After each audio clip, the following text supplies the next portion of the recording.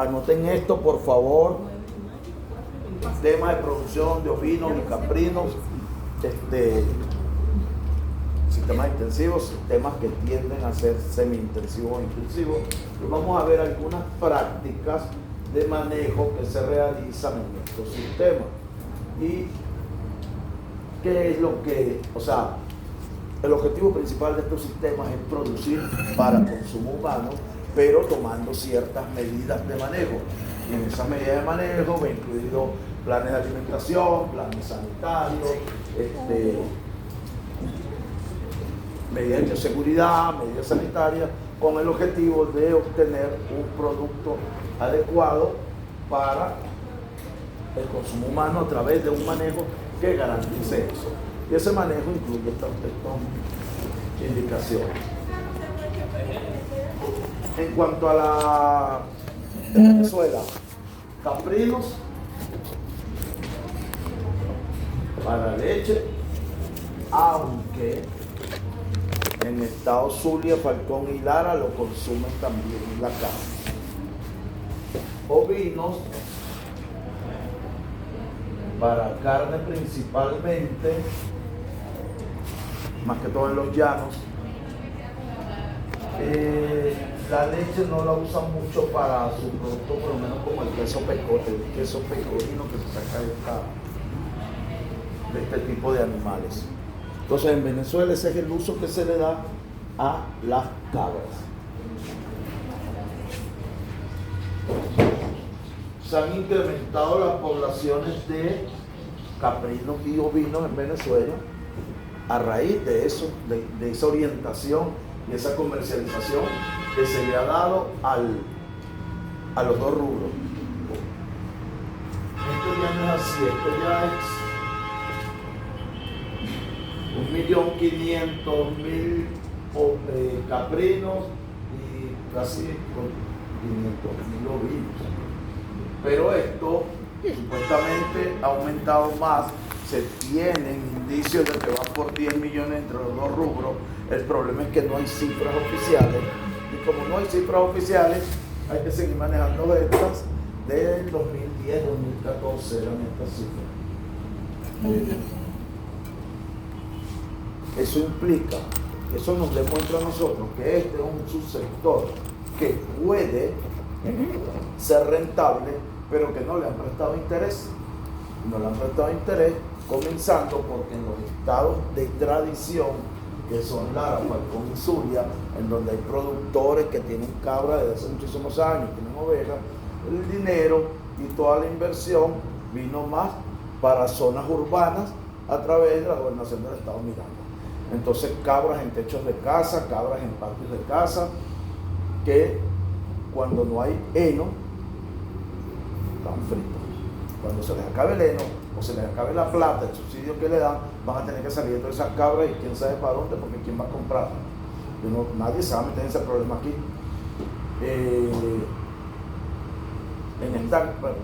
En esta granja, este muchacho Jonathan ahorita tiene problemas porque no hay pasto sembrado. Entonces tiene que salir a cortar para las ovejas, porque para las cabras tiene árboles y las cabras ramonean y no hay problema. Va a sembrar pasto bermuda en una ladera de montaña, pasto bermuda, y va a sembrar maíz para ensilar. ¿Y qué le permite eso? Tener alimento para todo el año. Y el ensilaje no es como en el caso de los caballos, que son más delicados. En cabras y ovinos, eso no tiene problema. Bueno, en cuanto a las instalaciones, hemos hablado de que dependen de ciertos factores y sobre todo de las condiciones climáticas y ambientales para dar la orientación y cómo deben hacerse. En caso de caprinos, como se utiliza la leche para el subproducto, es más importante tener corrales de ordeño que corrales de engorde, como en el caso de los ovinos. Entonces, las instalaciones van a ir en función del uso que se le dé a esos animales o digamos, qué producto vamos a vender de estos animales.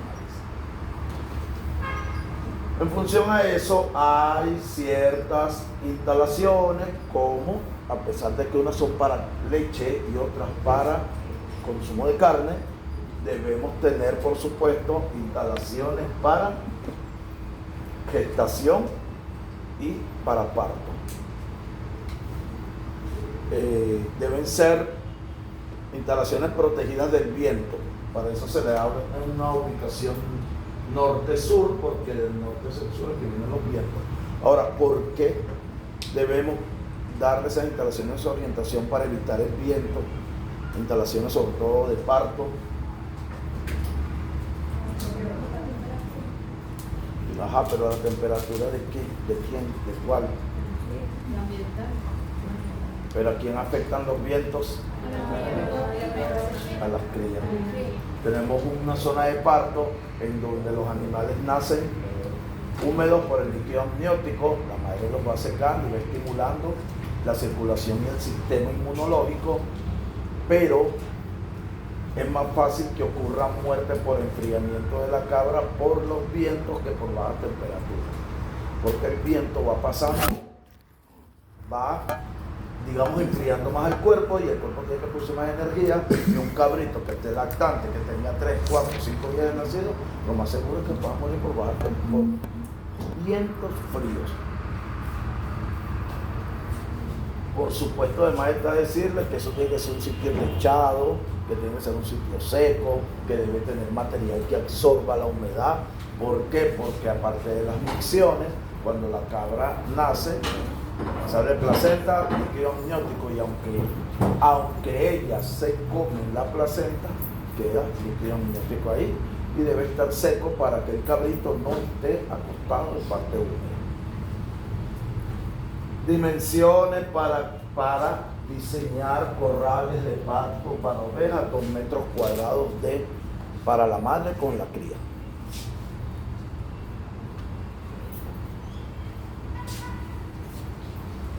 Ovejas que van para lactación.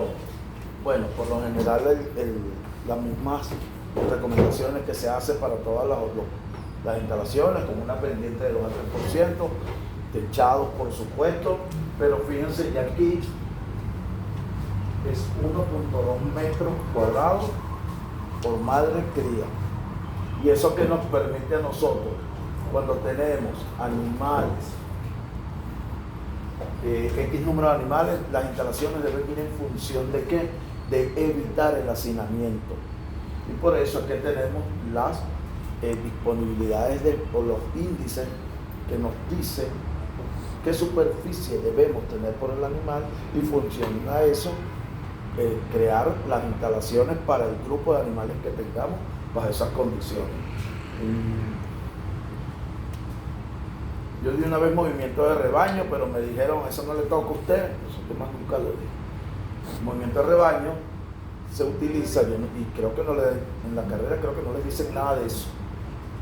El movimiento de rebaño se usa para estabilizar el número de animales que se tiene, porque toda unidad de producción tiene una capacidad, y cuando no se estabiliza un rebaño, sino a parir todo el mundo, y resulta que no vendí suficientes animales y me estoy llenando, las instalaciones no crecen por obra y gracia del Espíritu Santo, y vienen los problemas de hacinamiento.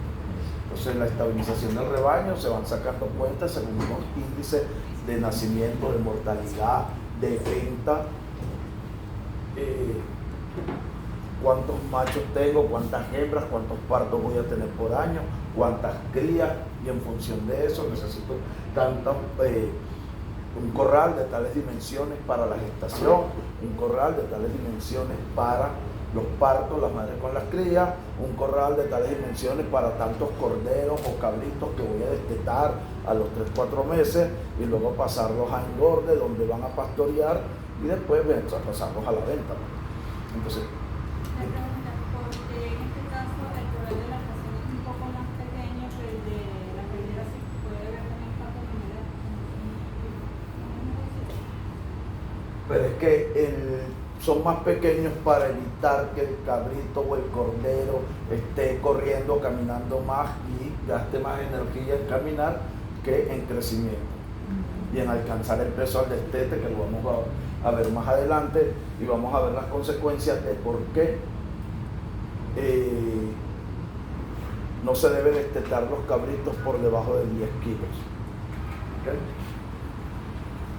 Corrales para crías de caprino, bueno, por supuesto, los animales son pequeñitos, después que se desteten, van a ir para ese corral.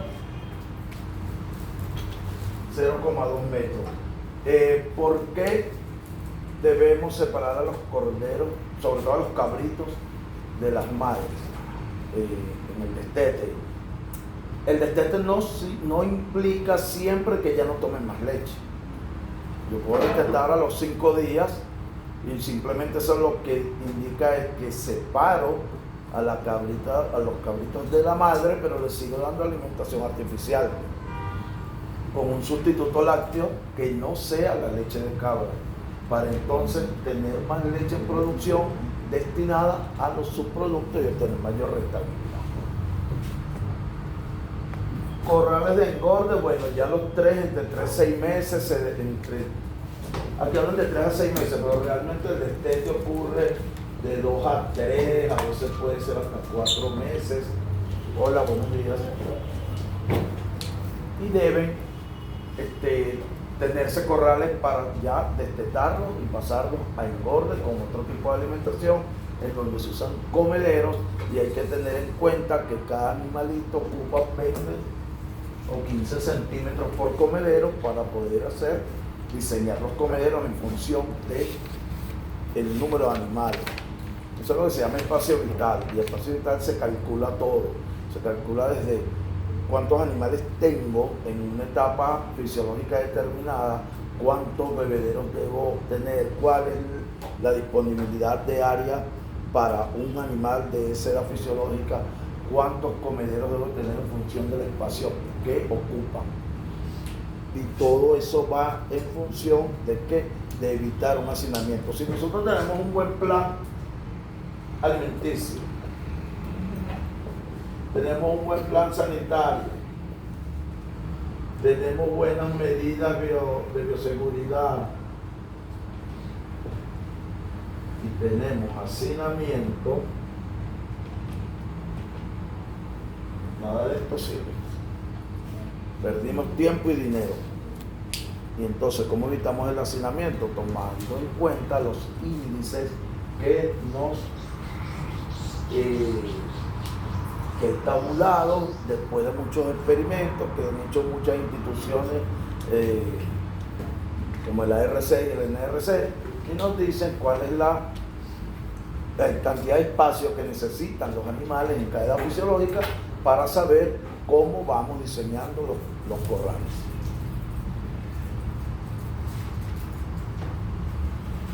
La sala de ordeño para las ovejas. No, cabra. En casi ningún lado yo creo que el único sitio que yo he visto que ordeñan las ovejas para sacar queso es la Facultad de Agronomía. Yo no he visto una finca donde ordeñan ovejas para sacar queso. En ningún lado. La sala de ordeño, por supuesto que debe tener una manga de conducción desde donde tengo las hembras lactantes para llevarlas a la sala de ordeño, o por lo menos que estén cerca. Cosa de que se ordeñan las cabras, ¿cuántas veces al día? 2 veces al día. Entonces 2 veces al día la voy a estar caminando. De repente tengo aquí a las cabras y tengo que caminarlas hasta el Paseo Las Mercedes.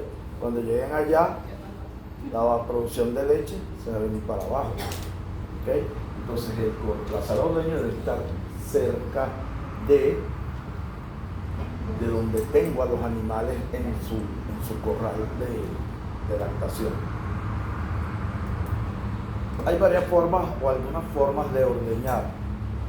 Puede ser el tipo ordeñan en cuclillas, pero en cabras eso es muy cansón, y a lo mejor el tipo te ordeña 3 cabras y después no ordeña más.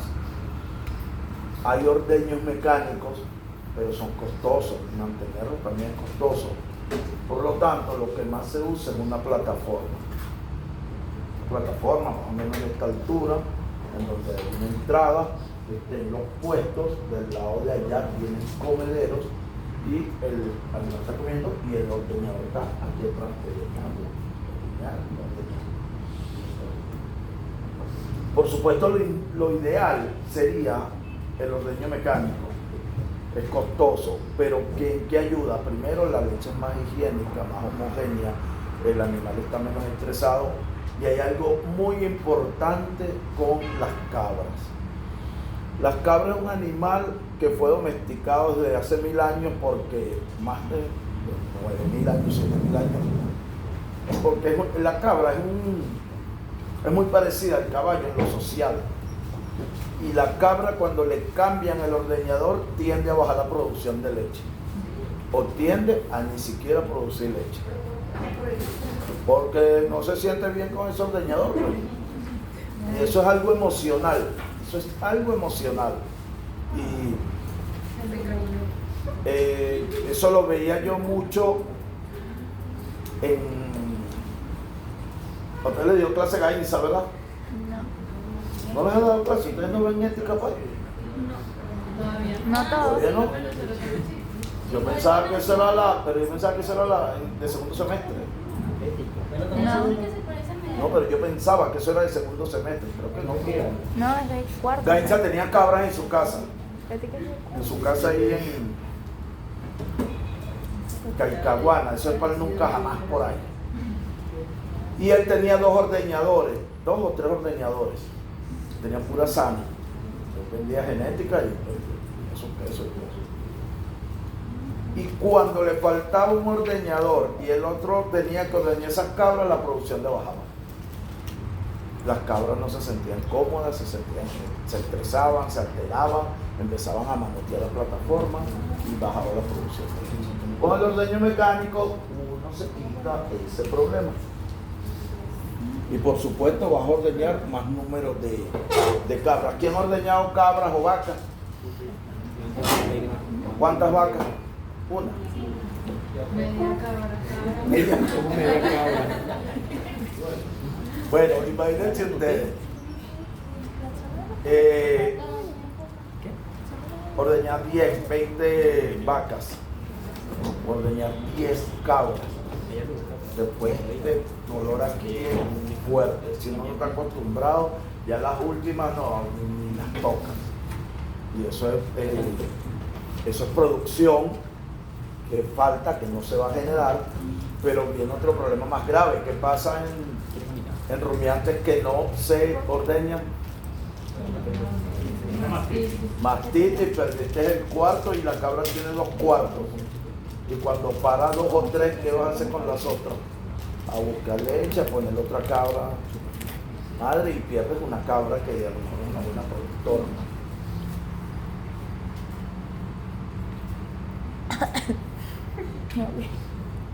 Cercas. Bueno, las cercas hemos hablado que no son iguales a las del ganado. ¿Por qué? Porque hay que partir del suelo, se ponen estaltillos, aquí están todos los alambres, a partir de 60 centímetros para abajo están a 9 centímetros.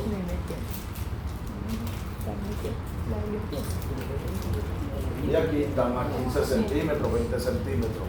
¿Para qué? Para que aquí no se me vayan las crías. Y más o menos una altura de 1,20 metros para que las grandes no me brinquen. Los estantillos cada 2 metros, entre los estantillos hay algo que se llama volantín, que es un pedazo de madera que no toque el suelo, pero es para que los alambres no se tuerzan, porque estamos hablando de tensiones de alambre, y no vayan a permitir que se escapen o se salgan por ahí.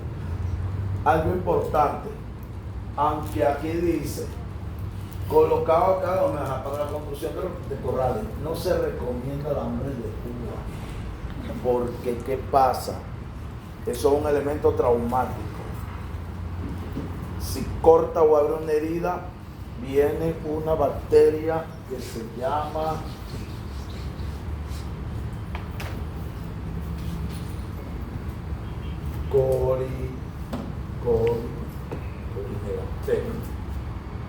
Corynebacterium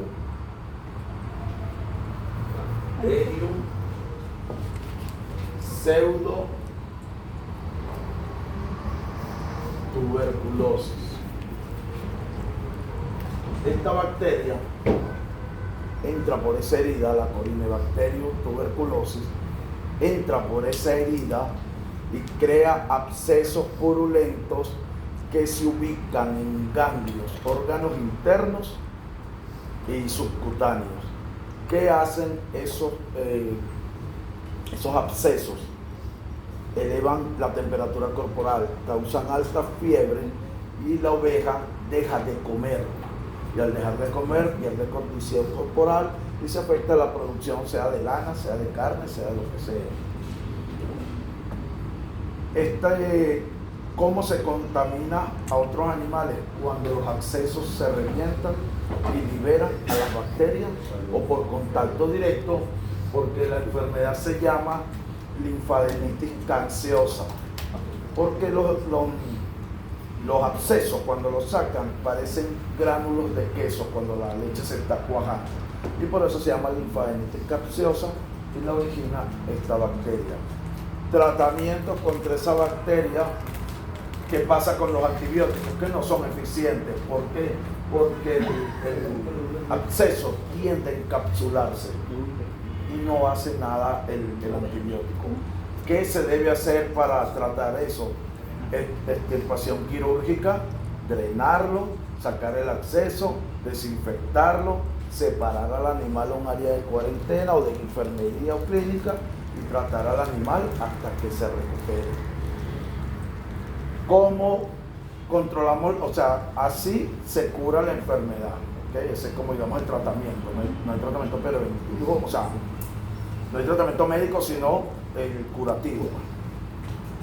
¿Cómo lo prevenimos? Es mejor prevenirlo que curarlo. ¿Cómo se previene eso? Con medidas de bioseguridad. Entre ellas la cuarentena para evitar ingreso de animales contaminados y ¿qué otra medida de bioseguridad? No uso alambre de púa, sino que uso alambres lisos para evitar heridas. Aquí no se comercializa mucho la piel de oveja, sino el vellón. Pero esta enfermedad tiende a disminuir la calidad de la piel de oveja. Ya hablamos de los alambres lisos y de por qué deben ser de menor separación entre uno y otro. Ese tema de esa bacteria también afecta a las cabras, o solo ovejas. Igual, ovinos y caprinos, pero afecta más a las ovejas que a las cabras. Entonces, bueno, aquí tenemos un corral donde las ovejas están guardadas acá. Este es un corral de lactación, en donde están los estantes, están los alambres. Y esto es lo que impide que los alambres se tuerzan para evitar que los animales se salgan. Y esos corrales siempre deben estar cerca de la casa principal donde tú puedes observar a los animales.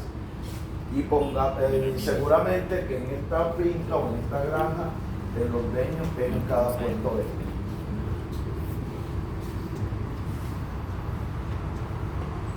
Los comederos.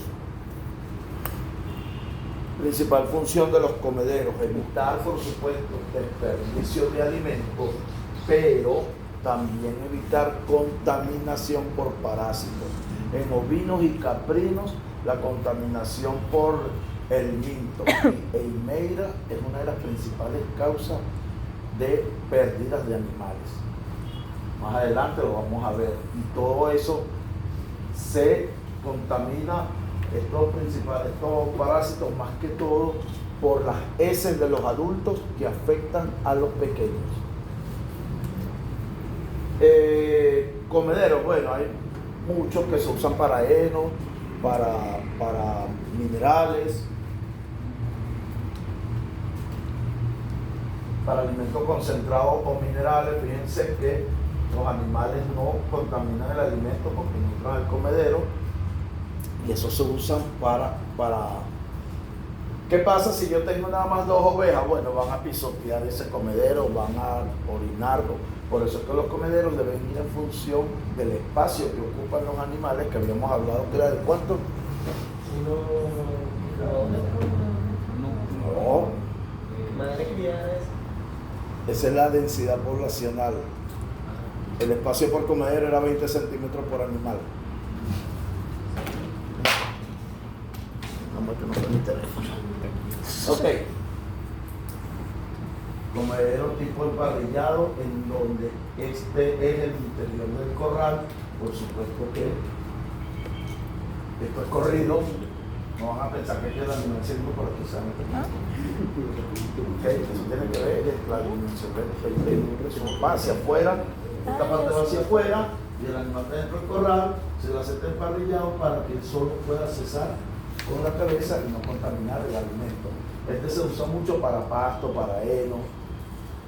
Este que está acá se usa más para minerales y alimentos concentrados. Se llena esto tiene una malla muy pequeña que evita que se bote por acá, y a medida que los animales van comiendo esto va bajando. Siempre, por ejemplo, se usa mucho para minerales. Claro, no se va a llenar hasta aquí, esto es un dibujo, los minerales son poca cantidad, para que siempre haya disponibilidad de minerales.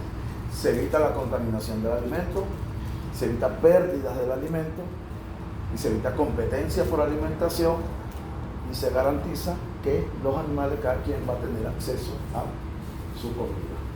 Esto que está aquí abajo, ¿qué es? Un bebedero, que es de lo más práctico. Se aplica un barril, se le hace el armazón. ¿Y por qué es práctico? Primero, se busca que tenga capacidad de 200 litros para garantizar agua para un número determinado de animales. Segundo, que al tener esta estructura es movible. ¿Y para qué me sirve que sea movible? Sí, pero aquí hay algo más importante. Que lo puedo mover a la sombra dependiendo de las horas del día, porque si el agua se calienta, los animales no la van a consumir. Y por ahí vamos a ver que las ovejas y las cabras, pero más las ovejas, consumen 2 litros de agua por cada kilogramo de materia seca, de pasto o de alimento que consumen. Y a nadie le gusta el agua caliente, ni a los animales. Claro que para lavarlo, y es importante que sea tipo canoa, porque tiene lo que se llama borde sanitario. Y no se trata solo de que boto el agua y lo vuelvo a poner, porque eso va creando una película que sirve de sustrato para bacterias. O sea, hay que por lo menos cepillarlos. Tampoco es que le vamos a echar jabón, porque le echamos jabón y no lo enjuague bien, y voy echando, y cuando uno ve animales con diarrea, ¿qué está pasando aquí? No damos con la solución, porque empezamos a revisar dietas, empezamos a revisar exámenes de sangre, y resulta que el problema es un mal manejo de los bebederos.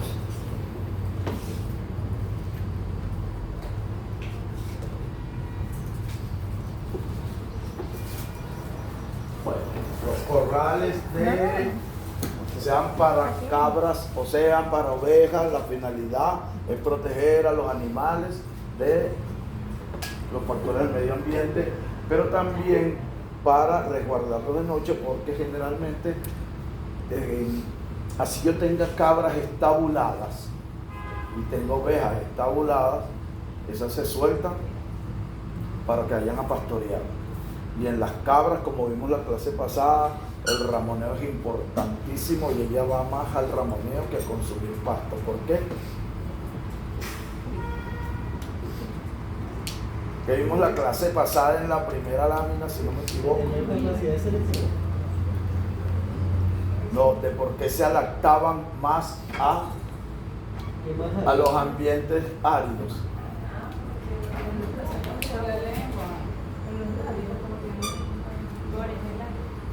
Acuérdense que hablábamos de la hidratación. Que podía retener que son más resistentes a la deshidratación. Porque almacenan agua en el cuerpo. Ajá, lo almacenan, y pues también porque tienen la adaptabilidad de ramonear y escoger alimentos más suculentos que tienen más contenido de agua, que pueden almacenar en el rumen. ¿Okay? Entonces las cabras, así se tengan estabuladas, así se tengan en ordeño mecánico, se tengan con todos los factores de producción, es importante siempre soltarlas a ramonear para que no pierdan esa adaptabilidad, porque no quiere decir que solo se van a deshidratar porque no hay agua, sino que puede haber altas temperaturas que también puede causar deshidratación.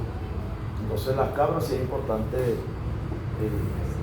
soltarlas y acostumbrarlas a que ellas vayan a ramonear y regresen. En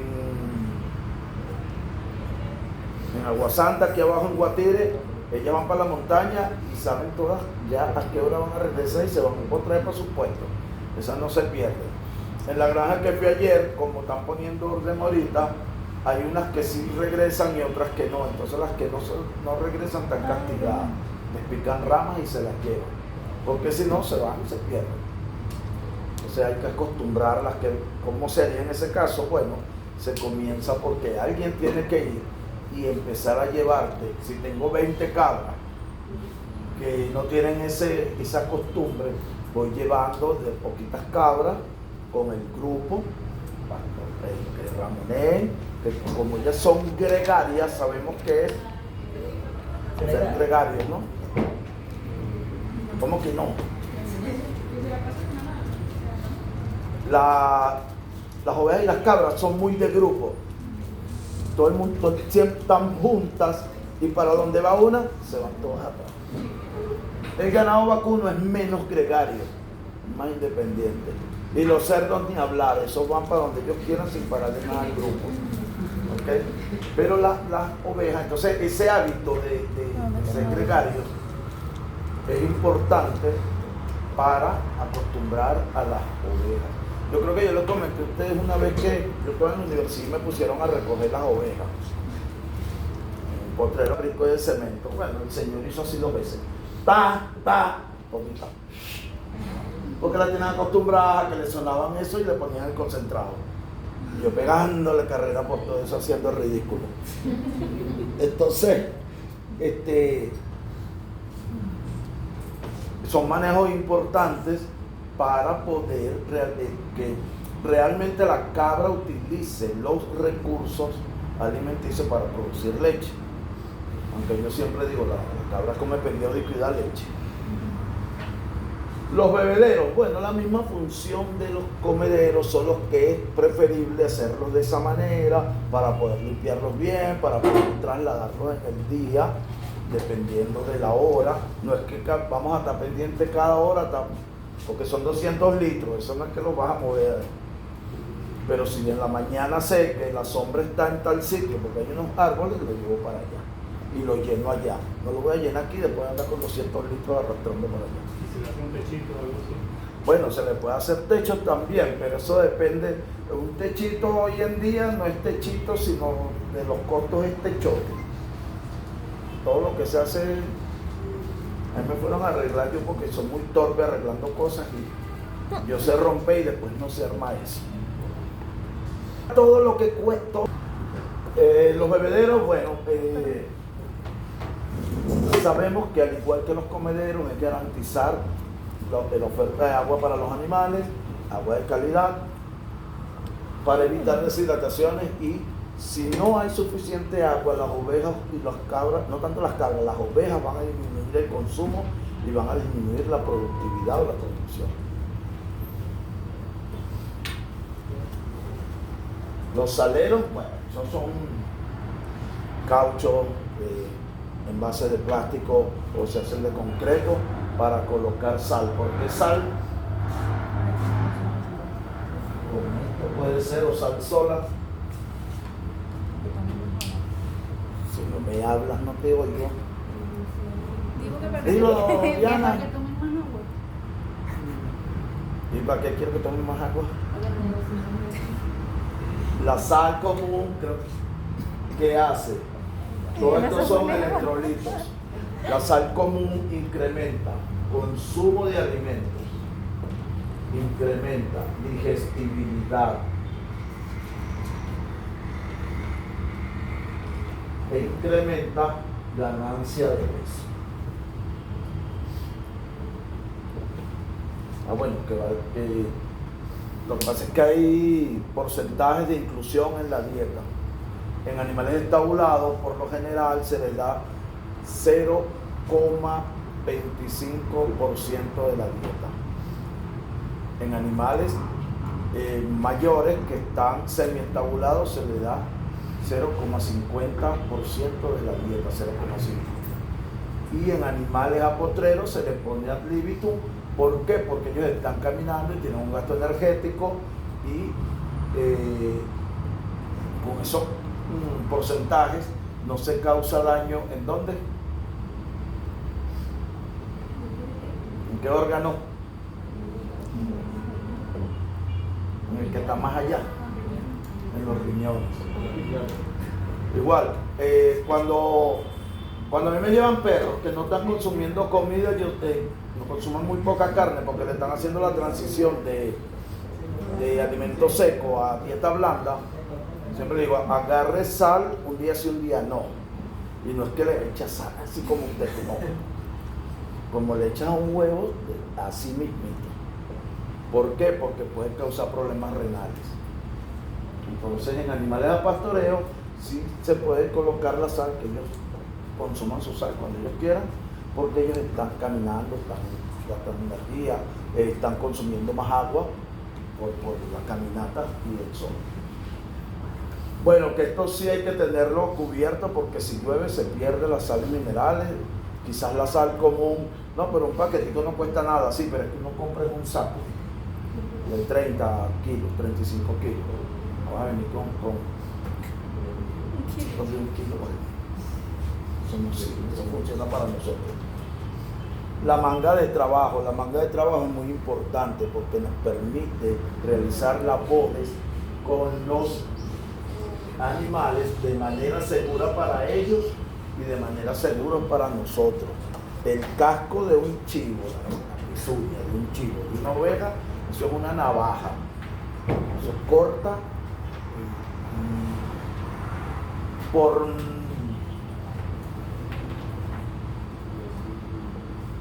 la pisada del chivo, por presión, unidades de presión, pulgada por centímetro cuadrado.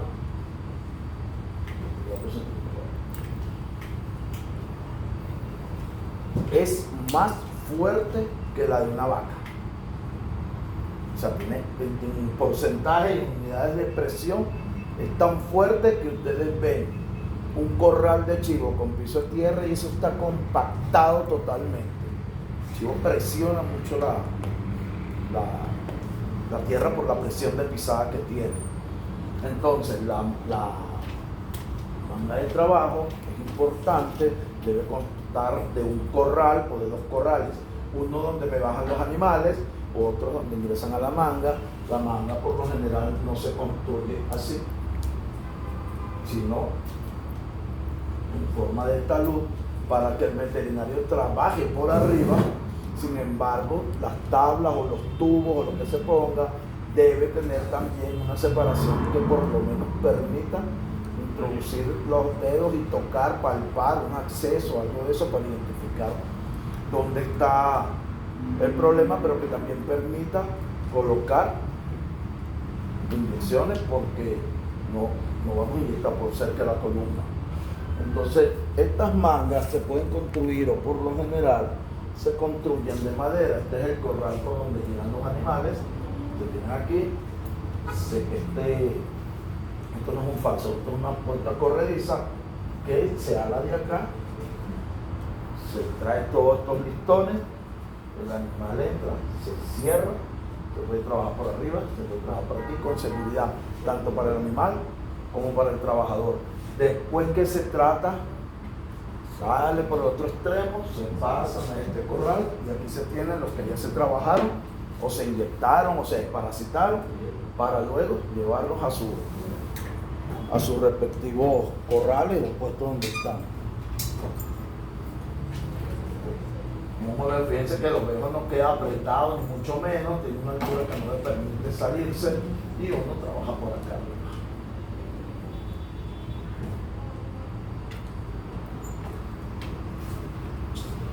Enfermería, por supuesto, porque ¿para qué necesitamos una enfermería? Para tratar los animales que tengan tratamiento, animales que tengan traumatismo.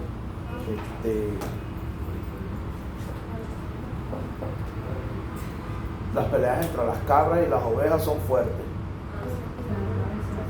Los cabezazos que se dan bien fuerte. Yo trabajé con un chamo que da, y por eso debemos tener en una enfermería donde se hagan limpiezas también de heridas y todo eso. Instalaciones de alojamiento, bueno, ya sabemos que deben ser de fácil acceso, que deben estar orientadas de acuerdo a la dirección del sol, pero también a la dirección de los vientos, porque no vamos a tener, como en las aves, instalaciones de ambiente controlado. Nadie va a hacer una instalación de ambiente controlado para un pequeño rumiante que se adapta muy bien a zonas áridas y ambientes marginales. Sería un costo tonto. Pero sí debemos orientarlos este-oeste por el sol y norte-sur para evitar los vientos fríos. Bueno, que deben estar en sitios altos, suelos bien drenados para evitar que haya acumulación de agua que pueda servir después de criaderos de plagas que afecten tanto al animal como al trabajador.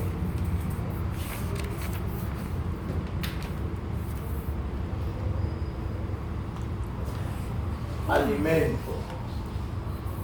En este nivel nos vamos a hablar de nutrición en el sentido de que vamos a ver materias primas y a balancear raciones. No eso lo vamos a ver después en la otra unidad. Pero sí cómo alimentamos o qué materias primas usamos para alimentar a estos animales. ¿Qué materias primas vamos a usar con rumiantes herbívoros? Por supuesto que pasto.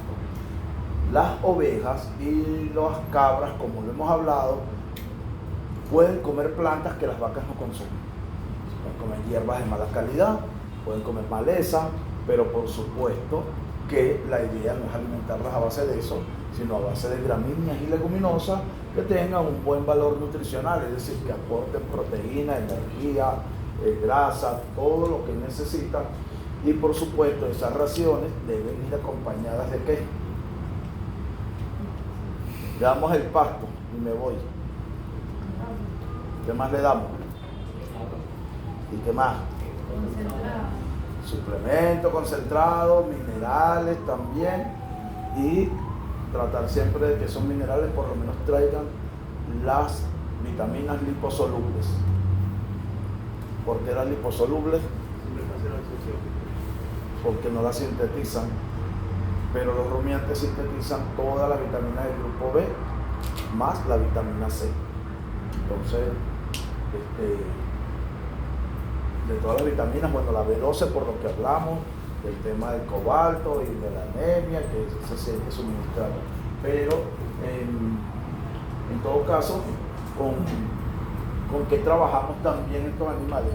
Con pastos conservados, henos o ensilaje. El tema con el ensilaje en cabras y ovinos es que hay que airearlo y acostumbrarlos a consumir, porque las ovejas son muy sensibles por el olfato y el ensilaje trae olor a vinagre fuerte cuando es de buena calidad. Entonces ellas no son muy dadas a comer ensilaje. Por otra parte que hay, esa es la importancia a veces de tener molinos o troceadoras en unidades de producción de ovinos y caprinos, que disminuir el tamaño del pasto incrementa el consumo. Si cortamos pasto de elefante, que la hoja es así, se lo ponemos, entonces ellas van, ¿qué hacen? Pisan la hoja y van arrancando, pero llega un momento en que en ese interín se cansan y no comen más, disminuyen el consumo. Importante, lo que siempre les he dicho, tenemos animales en mantenimiento que van a tener, por supuesto, menos requerimientos nutricionales que animales en lactación, en gestación, los reproductores machos. Lo de los forrajes, que los caprinos y los ovinos lo utilizan más eficiente los forrajes que los grandes rumiantes, ya lo hablamos, que es por su capacidad de selección, por el labio hendido, pero también porque las papilas ruminales están muy bien desarrolladas y permiten una mayor absorción de los productos de fermentación. Por eso es que ellos son más eficientes en usar el alimento que los grandes rumiantes, y por eso se adaptan a zonas de marginales de pocos recursos de calidad. Hembras gestantes, ¿por qué es importante una buena, o sea, cuando hablo de buena alimentación es de dar pastos de buena calidad, de buen nivel proteico, porque es importante dar buena calidad en hembras gestantes o hembras que van a entrar a gestación o que van a entrar a monta para ser preñadas, para que tengan una buena condición corporal.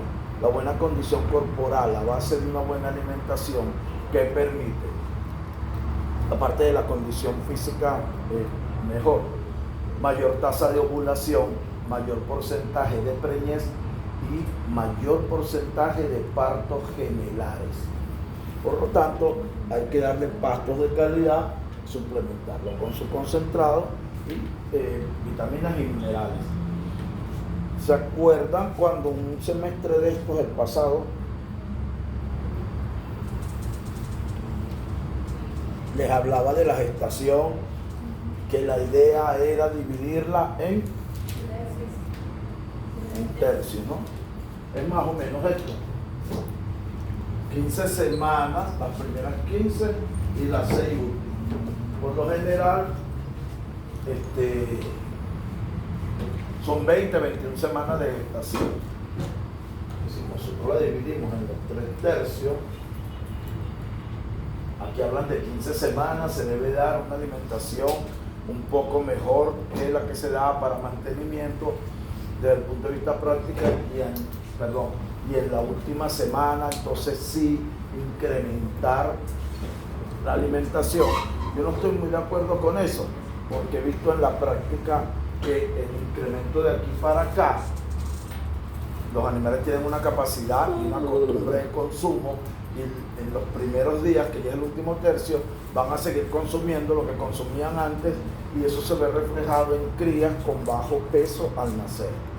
Entonces por eso es que lo que es energía y proteína cruda, hay que trabajar aquí en el primer tercio con su rendimiento. Esto más o menos 25% sobre el requerimiento de mantenimiento para energía y proteína cruda. Aquí ya podemos trabajar con un 50% sobre el mantenimiento. Y aquí podemos trabajar con un 75%, principalmente de proteína y de energía, para garantizar primero una buena condición corporal y que estamos alimentando a la madre y estamos alimentando a la cría. Debemos ir garantizando eso. ¿Para qué? Porque aquí los requerimientos se nos van a incrementar, porque se va ya a formar el 70% del feto. Y si es un parto gemelar, por supuesto, el rendimiento mayor. Y después mantener o elevar, esto puede ser 80, 90%, y eso depende de la condición en que quede la mamá o la madre después del parto. ¿Por qué? Porque entonces viene a alimentar a la mamá para que pueda alimentar a la cría, para que pueda producir leche. Por eso no podemos quedarnos aquí. Si nos quedamos aquí, seguramente no va a haber suficiente leche para la cabra o la oveja. Y acuérdense que por lo general el destete ocurre a los 2-3 meses. Entonces, durante estos 2-3 meses debemos tener una alimentación por encima de este último tercio, y después de que termine la lactación, bajar a una dieta de mantenimiento para evitar obesidad. La obesidad en los animales causa problemas de anestros. ¿Sí sabemos qué es anestro? Ausencia de celo. El celo en las cabras viene cada 18 o 21 días. Entonces la obesidad tiende a afectar la ovulación, porque no aparece el celo en los 18 o 21 días, sino que aparece después, 25, 30 días. ¿Y qué pasa? por norma práctica, eso no está escrito en ningún lado, pero se hace que ese primer celo se deja pasar para que todo el tracto reproductivo descanse, se reacomode, vuelva a su tamaño. Y vamos al segundo celo. En condiciones normales, pongamos que viene cada 21 días. Este 21 días no usa el celo, en total son 42 días. Pero si esto en vez de 21 me llega a 30, 35, entonces ya no son 42 días para volver a preñar al animal, sino que son 72 días. Estoy perdiendo tiempo, estoy perdiendo partos al año, estoy perdiendo crías. Y estoy perdiendo producción de leche si es cabra, y estoy perdiendo carne si es oveja. Fíjense lo que dice aquí. Esto es otra cosa que hay que tener ojo. La alimentación debe empezar unas 3 semanas antes de la estación del padre, es decir, de la monta. La hembra debe aumentar su peso en 1 kilogramo por semana. Y yo digo, ¿por qué yo tengo que esperar si yo tengo sincronicé celo y ya yo sé que dentro de 3 semanas voy a montar, entonces voy a empezar a alimentarlas bien 3 semanas? Porque mejor yo no vengo dándole su alimentación de acuerdo a su edad fisiológica, de acuerdo a sus requerimientos, para que ella tenga su buena composición o su buena condición corporal y que ella pueda ovular, pueda tener porcentaje de preñez y de partos gemelares. Yo no hago esto, yo no voy a esperar 3 semanas antes de la monta. Yo le llevo su alimentación de acuerdo a su estado fisiológico. Porque eso de estar esperando es como estar pegando carrera y con seres vivos. Eso pegar carrera no es bueno. ¿Qué o cómo suplementamos muchas veces? Simplemente lo que hacen, hay granjas en donde siembran maíz, cosechan el maíz para jojoto, queda toda la planta, porque el jojoto se cosecha a los 75 días, queda toda la planta y esa planta se corta, es lo que llaman rastrojo, y pueden comprarse cualquier harina de oleaginosa en vez de estar comprando alimento concentrado, y formulo o calculo las cantidades en función de la edad fisiológica del animal. Este que me aporta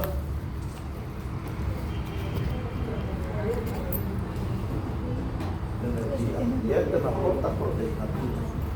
Es una fuente energética, una fuente proteica, calculo qué cantidad debo dársela de acuerdo a su estado fisiológico y no tengo muchas veces que estar comprando alimentos. Ahorita hay un problema en el mercado, no se consigue cabra lechera y se usa vaca lechera entonces.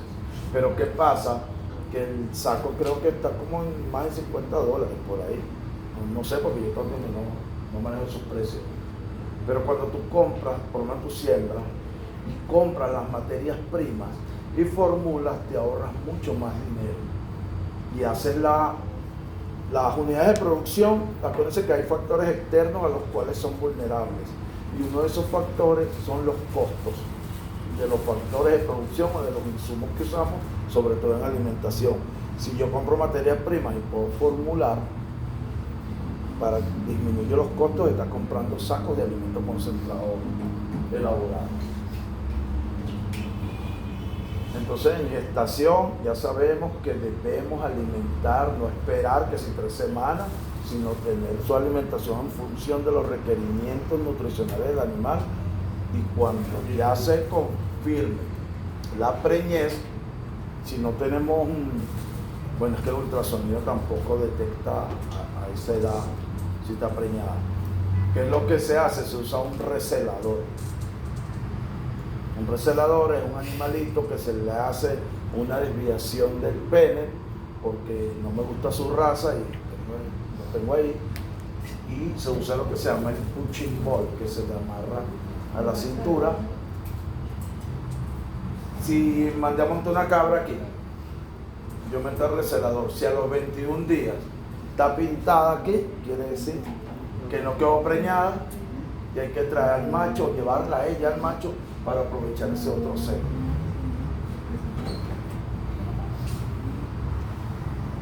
En lactación, bueno, la lactancia dura 4 meses.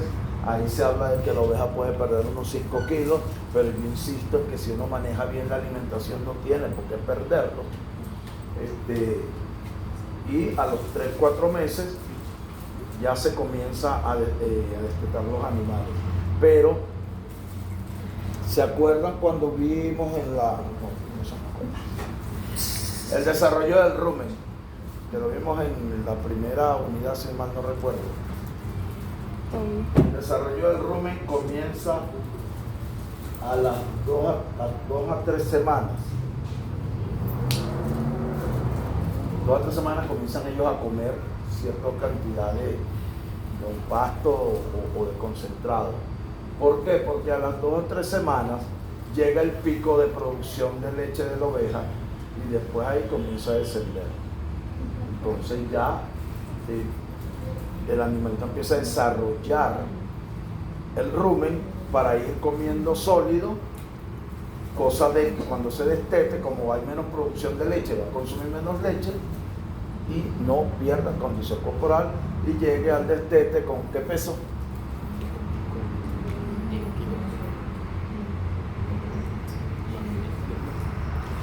3 veces su peso de nacimiento. Nacen con unos 4 kilos, más o menos se maneja 11 kilos en sistemas intensivos. En sistemas intensivos puede tardar un poquito más porque no hay mucho manejo y entonces se espera hasta 4 meses, salen con un poco más de 10 kilos los animales. Los machos, pues aquí si hay un manejo importante, la relación macho-hembra es un macho por cada 25 hembras. No es que él va a montar las 25 hembras en un día porque si no lo matan. Sí. Pero va a ser, en 2-3 días tiene que montar las hembras que tengan celo, porque el celo dura 26 a 38 horas más o menos. Entonces, hay que, por supuesto, los animales que escogemos, si llevamos registros genealógicos y productivos y sabemos, este macho puede montar a estas hembras porque no son sus hermanas ni su mamá, pero no puede montar a aquellas. Entonces, estos machos de reemplazo hay que llevarlos a una buena alimentación porque aunque ellos llegan a la pubertad de 4 a 6 meses, por lo general se espera 1 año para que empiecen a montar. Entonces, durante ese tiempo, como ya los escogimos para machos de reemplazo, deben ser alimentados de manera que cuando ya estén aptos para la monta, estén con buena condición física y corporal, pero durante los días de monta hay que incrementarle el concentrado para darle más energía y proteína, porque tiene un gasto físico. Después que pasa esa temporada de monta, se le deja unos días más ese concentrado para que no vaya a usar sus reservas corporales y se deteriore. Y 3-4 días después sí se comienza a bajar para llevarlo a su dieta normal, porque la obesidad influye sobre la fertilidad en el macho. ¿En qué sentido? En que el esperma es menos viable. ¿Y por qué es menos viable? Porque hay menor cantidad de espermatozoides por centímetro cúbico.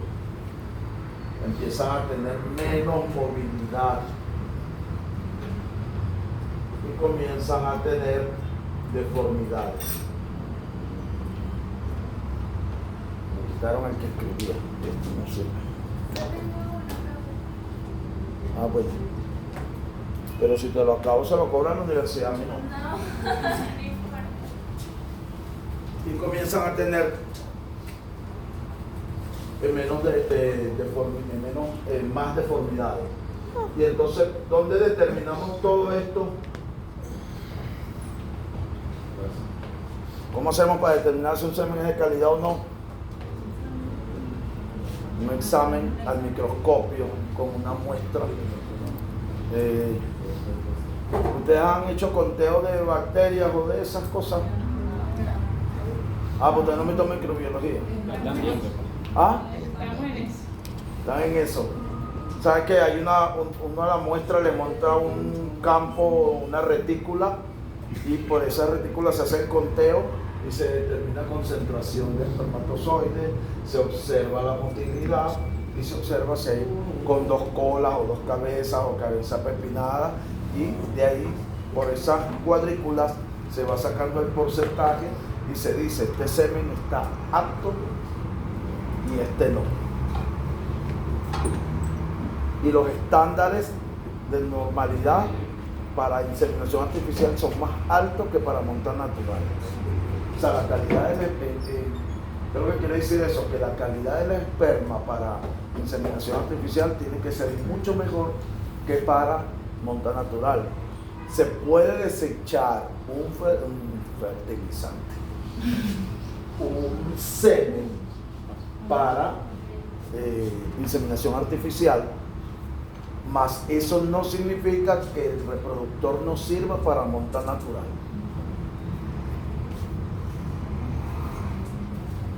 Alimentación de crías. Bueno, las crías van a pasar 2-3 meses con su mamá, pero los primeros 5 días son vitales, ¿verdad? Para que tengan calostro que va a desarrollar su sistema inmunológico.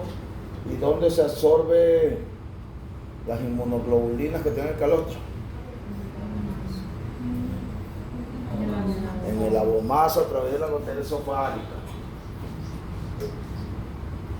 Fíjense, máxima la producción segunda o tercera semana.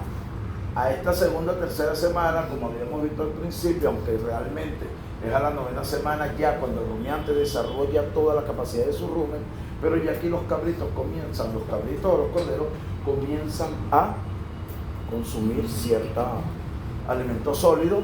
¿Para qué? Para que vaya ocurriendo fermentación y los gases vayan desarrollando rumen y retículo y pueda ya empezar su transición hacia rumiante. Eso no quiere decir que nosotros vamos a esperar hasta el mes 3 o 4 para empezar a darle sólido cuando los destetamos. Entonces hay que empezar ya por aquí, segunda o tercera semana. Bueno, aquí hablan de las crías mellizas que nacen al final de la estación de crecimiento de pasto, se desarrollan más rápidas cuando reciben suplementación, por supuesto, porque hacia el final de la etapa de crecimiento de los pastos, ¿qué etapa?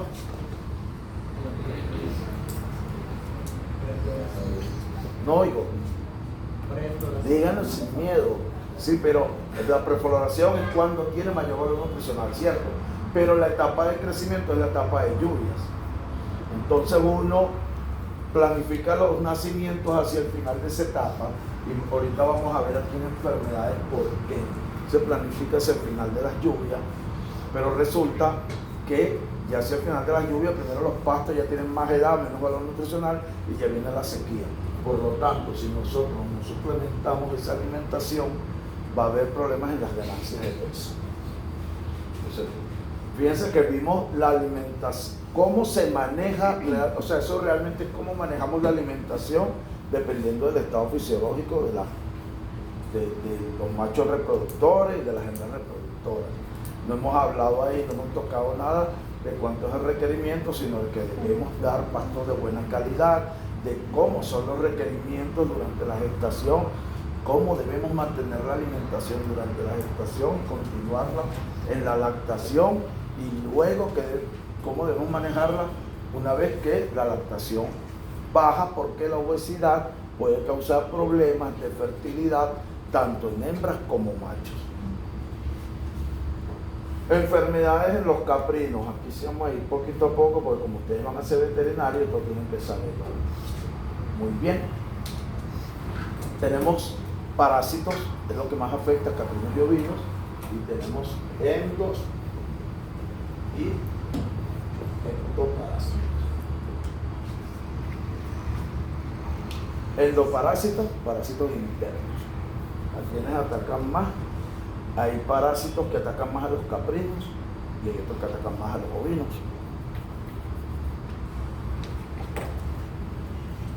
Los helmintos y las...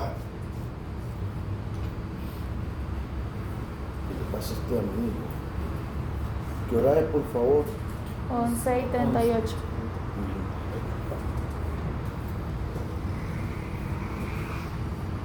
Los helmintos, gastrointestinales, se ubican ¿dónde? En el estómago glandular. ¿Y cuál es el estómago glandular? El abomazo, ¿verdad? ¿Qué hace ese endoparásito al llegar o alojarse en el abomazo y puede causar daños gastrointestinales en mayor o menor grado? Produce anemia, porque al instalarse acá lo que hace es succionar sangre, y al succionar sangre todos los nutrientes que están ahí, que deberían ir al hígado para ser distribuidos, van al parásito. Bueno, infectaciones masivas, por supuesto que van a causar grandes estragos, van a afectar la producción, y si no se tratan, ese parásito sigue chupando, la anemia sigue creciendo porque la hemoglobina va para abajo, se afecta el sistema inmunológico y el animal muere hasta por un estómago. Fíjense, estos dos párrafos tienen que ver en cómo ataca los helmintos tanto adultos como a crías. En estación seca hay mayor cantidad de parásitos. Ocurren las apariciones al final de la época de lluvia, pero ¿qué pasa?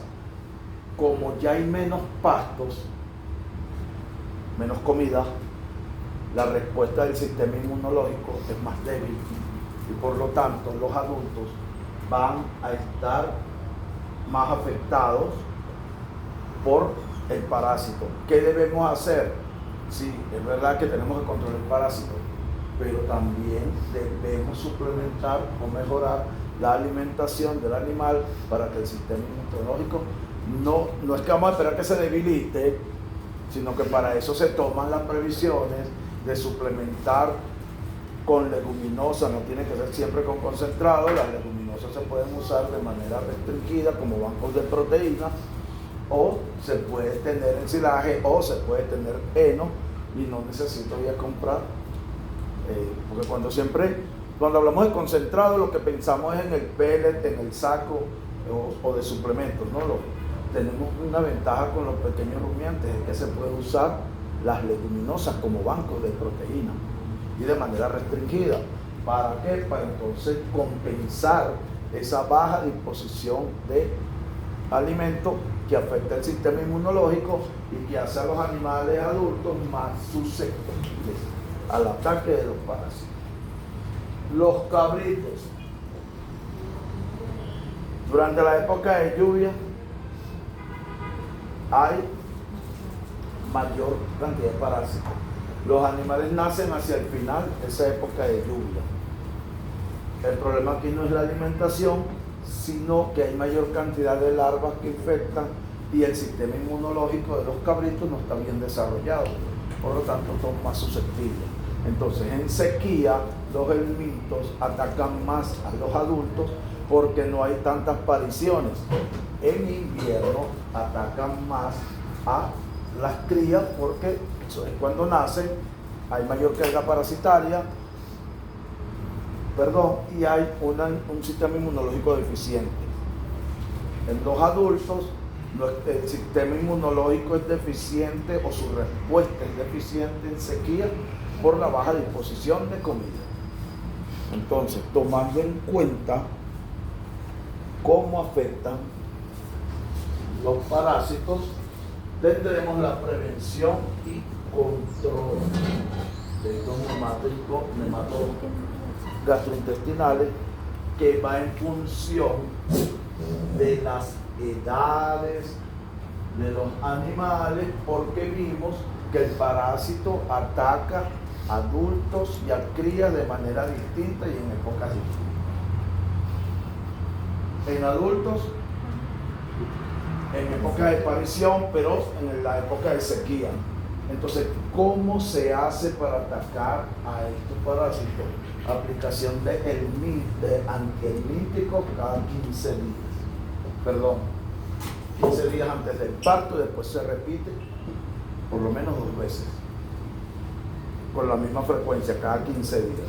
Si no hay repetición, puede ser que haya, ¿qué sucede?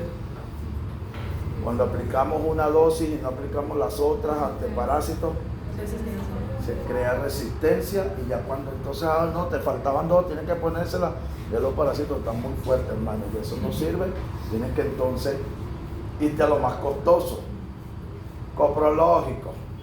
Después del coprológico, entonces tienes que irte ya no a un desparasitante amplio espectro, tienes que ir a un específico ya.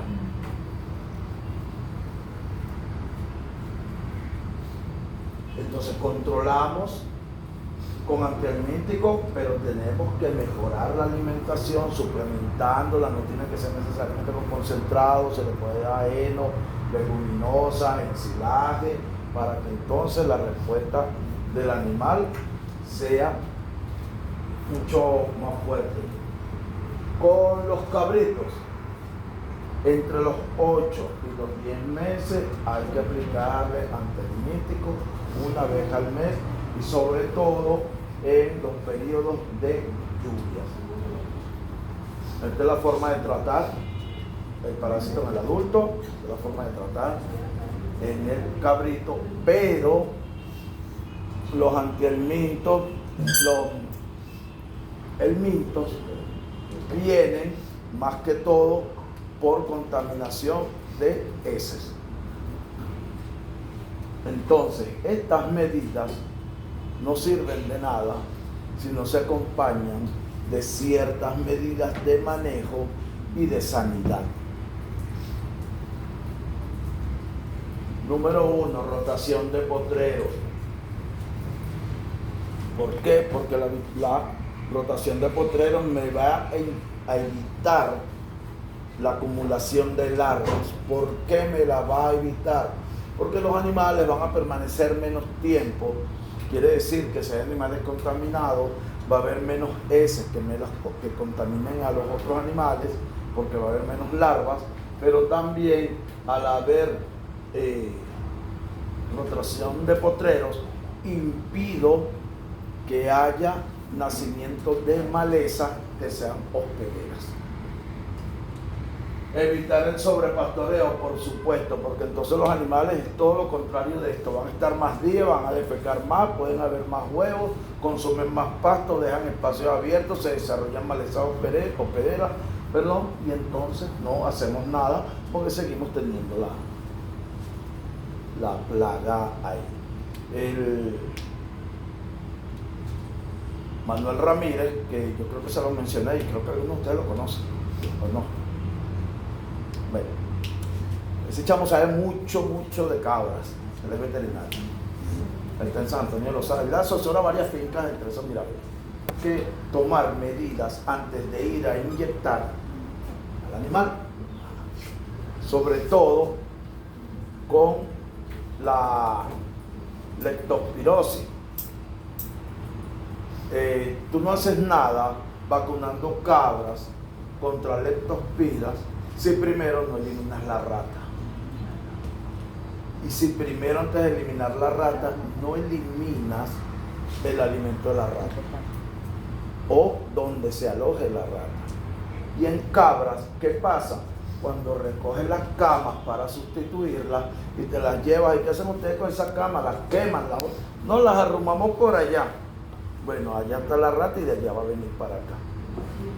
Y cuando tú entras al galpón, que eso sí es inevitable, tú respiras, huele a rata y a miado de rata.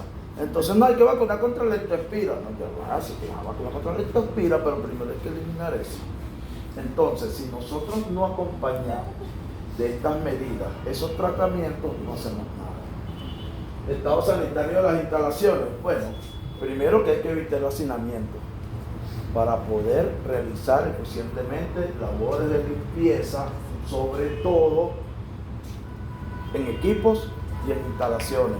En la manga, porque la oveja y las cabras van caminando y van defecando. Hay que eliminar del bebedero, de los comederos, hay que lavar los pies y tener una buena labor de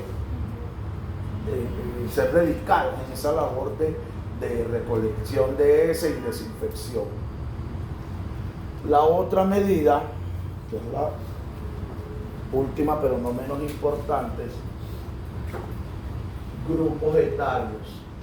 Separar a los rebaños en grupos etarios. ¿Por qué en grupos etarios? Porque ¿qué vimos desde un principio cómo ataca el alimento a las cabras y ovejas?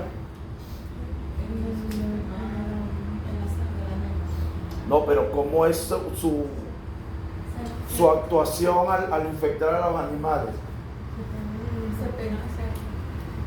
Sí, ustedes tienen razón en todo eso, pero ¿qué vimos al principio? Que ataca de forma distinta por las edades. Entonces es importante tener grupos etarios para proteger sobre todo a los animales jóvenes que tienen menos de 10 meses, que tienen menos resistencia, no los vayan a contaminar estos con las heces. Entonces, esas medidas que vimos, debemos hacer ese manejo, conocimiento primero de cómo es la etología. La etiología es, corríjanme ustedes, veterinarios, el comportamiento de la enfermedad. Así que yo me confundo con etología y etiología. Entonces, eso que vimos, que es el comportamiento del elemento, del parásito, dependiendo de la edad del animal, nos lleva, y de la época del año, nos lleva a nosotros a tratamientos distintos para adultos y tratamientos distintos para jóvenes. Y debemos acompañarlos de estas medidas, sobre todo de esta separación. Por eso el que acá dice que el estado fisiológico es importante, sobre todo mientras que van a parir, porque en este momento son susceptibles, y lo que se hace mucho es mantener a esos animales separados por edad y estado fisiológico para poder controlar el ataque de esos elementos. Protozoarios o nosotros vamos hasta las 11:30, 12:15. Hasta la 1 vamos a estar. No, mentira. Lo que no terminamos en esta clase lo vemos en la otra, porque esta clase es larga. La eimeira, dentro de los protozoarios, principalmente producen la coccidiosis, que es una de las enfermedades mortales. Al contrario de los germitos que se alojan en el estómago glandular, las eimeiras se alojan en el intestino delgado, a nivel del duodeno, donde también empiezan a chupar todo lo que absorbe el animalito y no llega a las células para producir su propia proteína endógena, tener desarrollo, crecimiento, producción, reproducción y producción, etc. Fíjense algo. Una enfermedad de tipo parasitaria, que vive normalmente en el intestino delgado de los adultos. ¿Por qué viven en el intestino de los adultos? A pesar de que estos animales adultos por lo general son atacados cuando cabritos, los que sobreviven a la crisis inicial o al momento crítico, que es las primeras semanas de vida, y se curan, ellos siguen con su vida normal, no van a sufrir la enfermedad, pero son portadores del protozoario.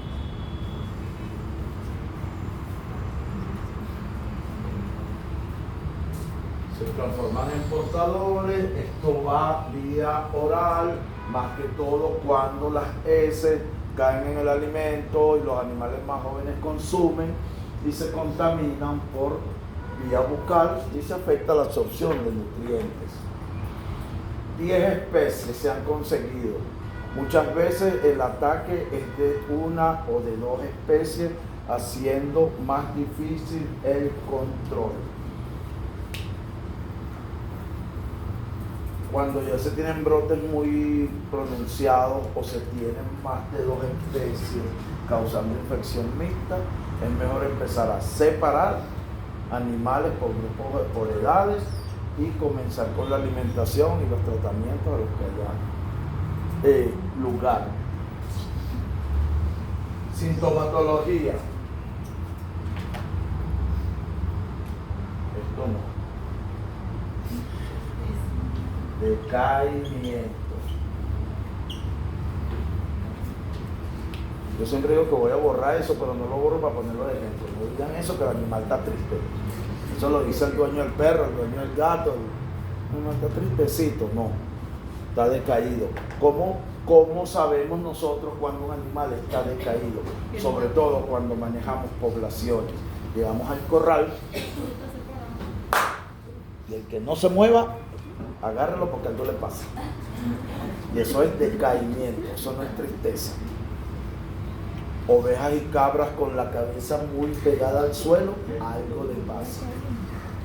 Eso es algo práctico y algo que es una realidad. Entonces esto de tristeza, no, el animal está decaído, no muestra inapetencia, puede haber temperatura, va a haber diarrea difusa, y el tema viene, aparte de que la diarrea va a ser de mal olor, cuando ya es sanguinolenta. Ahí sí ya el daño que está causando el parásito a nivel intestinal puede llegar a ser incluso irreversible y traer la muerte del animalito. Cuando ya empiezan esas heces sanguinolentas, 35% de la población se muere en infestaciones masivas. Acuérdense que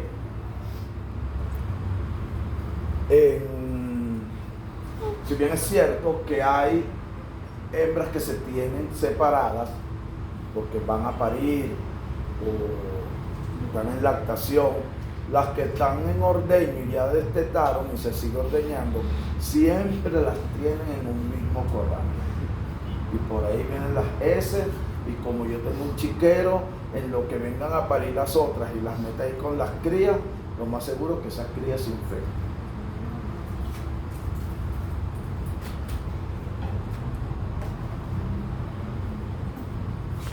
Bueno, vamos a ver ahora los ectoparásitos.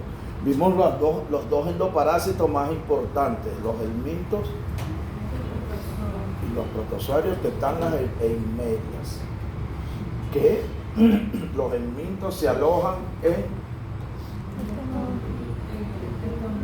estómago glandular, glaumáceo, y las eimerias se van para el intestino, pero ambos causan el mismo daño, problemas de absorción que afectan la condición física y por supuesto la producción, que pueden causar la muerte si llegan a extremos, y vimos las medidas que hay que tomar, cómo manejar en el caso de helminto y en el caso de helmeria.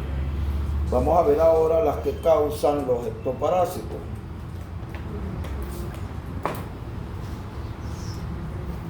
Muchachita tan lloriqueada y no vino a presentar.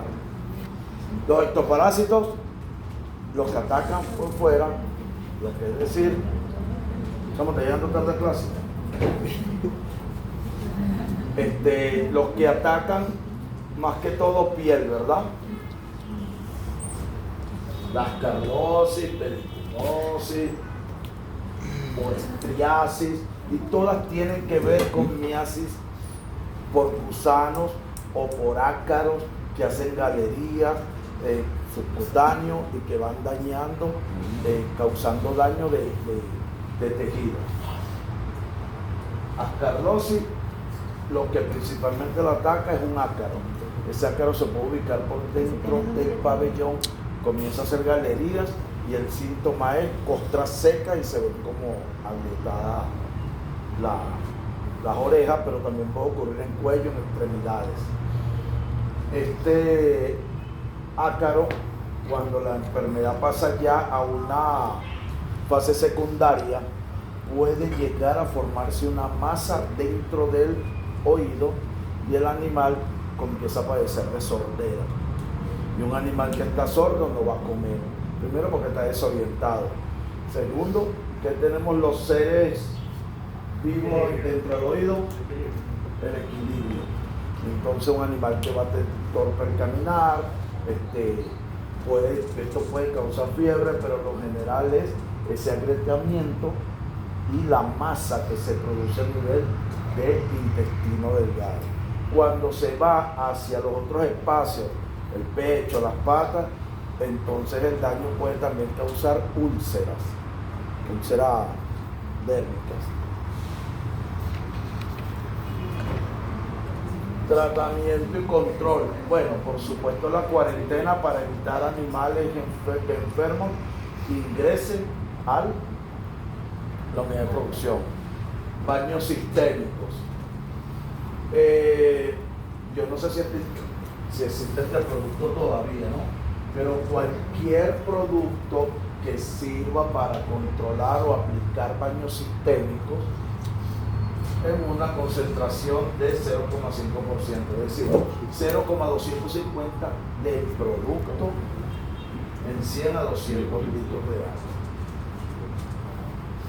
Eso es cuando tengo infecciones masivas. No voy a preparar 200 litros de agua para una oveja, o para 2 o para 3. Entonces, bueno, en función de eso, yo sé que es 0,5%. Ya ustedes habrán visto, cuando les toque eso, todas las materias, y habrán visto farmacología y todo eso, y sabrán preparar la solución para un animalito en función de este 0,5%.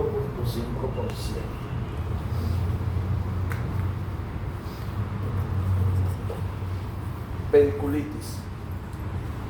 ¿Qué es la pediculitis? Ocurre en verano. ¿Por qué en verano? Porque es una enfermedad que la causa un tipo de piojo que se llama piojo masticador. Tumba la lana, ataca la piel, causa prurito intenso. ¿Qué es el prurito? Cazón, piña tremenda, y se usan piretroides, pero ya estos órganos fosforados no. Y se bañan cada 2 meses. Después ustedes le echarán el cuento cuáles son esos piretroides por allá en alguna materia que es farmacología, en donde van a ver todo ese tipo de compuestos. El objetivo acá es conocer más que todo, en este semestre y en esta materia, conocer quién ocasiona la enfermedad, cuáles son los daños o sintomatología, cuál es el tratamiento, más no dosificaciones. Yo no le voy a pedir a ustedes dosificaciones, simplemente todo eso. Pero cuando ustedes lleguen más avanzados, si no conocen la sintomatología de ciertas enfermedades, van a decir, el profesor Bernardo no nos dijo nada de eso, me eché el carro a mí. Entonces, importante conocer eso. ¿Quién ocasiona la enfermedad, los síntomas y cuál es el tratamiento? No voy a pedirle a ustedes que me digan que se controla tanto por ciento con tanto de este producto y este producto, pues los productos van cambiando. Y entonces no tiene sentido que yo les diga nada de eso ahorita, porque más adelante, cuando ustedes ya se estén graduando, mira, Azuntol, ¿qué es eso que da ese producto? Yo no sé qué es eso. Pero bueno, entonces la pediculitis, acuérdense que es causada por un piojo que se denomina piojo masticador. Tumba la lana, tumba el pelo, ataca la piel, causa prurito, y se controla con piretroides.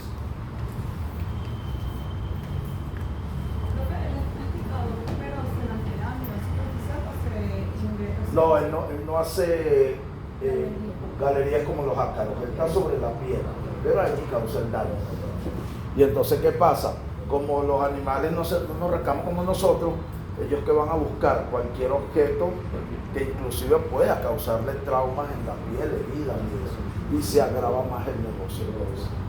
Ok, la oestrosis, estas son miasis que a nivel de senos frontales, parietales, nasales, eso empieza una irritación, un daño del epitelio de la mucosa, comienza a salir moco, no es sudado nasal, la mosca vuela, trata de poner los huevos, se ven los animales con la cabeza agacha, y todo este cuadro lo que hace es que afecta la productividad del animal, porque el animal no va a comer alimento porque tiene un malestar muy grande y está evitando uno peor, que la mosca vaya a poner.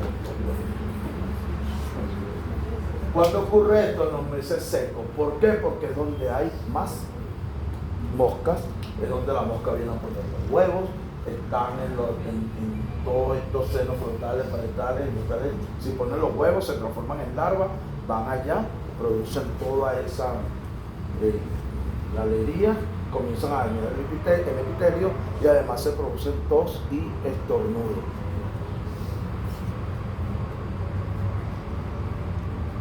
En meses de elevada temperatura, por supuesto, en la época seca. ¿Qué tratamiento se hace? Bueno, ahí lo que hace es bañar a los animales 2 o 3 veces con un producto, y este Negulón, eso no existe, eso se usaba más en grandes rumiantes, no en pequeños rumiantes. Fíjense, ya vimos las enfermedades por endoparásitos y ectoparásitos. Los ectoparásitos van más hacia la piel, los endoparásitos, por supuesto, a los abomazo, intestino delgado. Son las que, para no dejar, son las 12, para no dejar esto cortado, vamos a dejar la clase hasta aquí. La otra